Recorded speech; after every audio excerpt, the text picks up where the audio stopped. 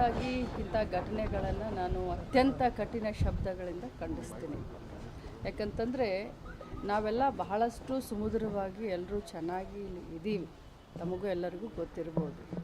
ಈ ಘಟನೆ ನಡೆದ 5 ನಿಮಿಷಕ್ಕೆ, ನನಗೆ ಗೊತ್ತಾದ 5 ನಿಮಿಷಕ್ಕೆ ನಾನು ಕಮಿಷನರ್ ಅವ್ರಿಗೆ ಫೋನ್ ಮಾಡಿದಾಗ ಕಮಿಷನರ್ ಅವರು ಬೆಂಗಳೂರಿನಲ್ಲಿದ್ದರು.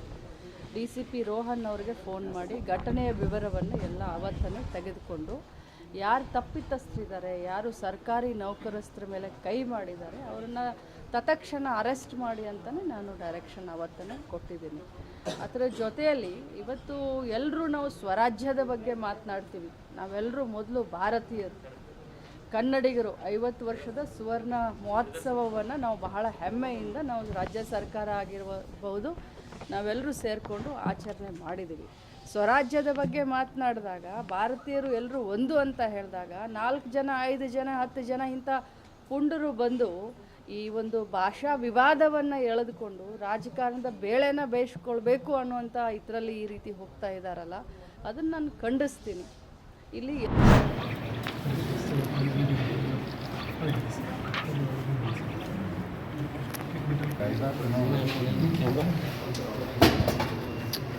ಕಾಟ ಮುಗಿದ್ರು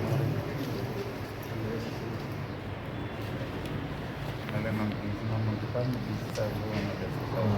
ಮೇಡಮ್ ಅವರು ಎಲ್ಲರೂ ರಾಜಕಾರಣಗಳು ಅದನ್ನು ಪಡೆದು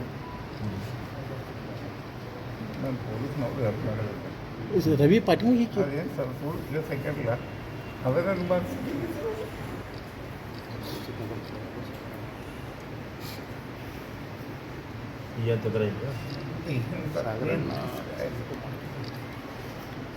ರವಿ ಅದೊಂದು ನನಗೆ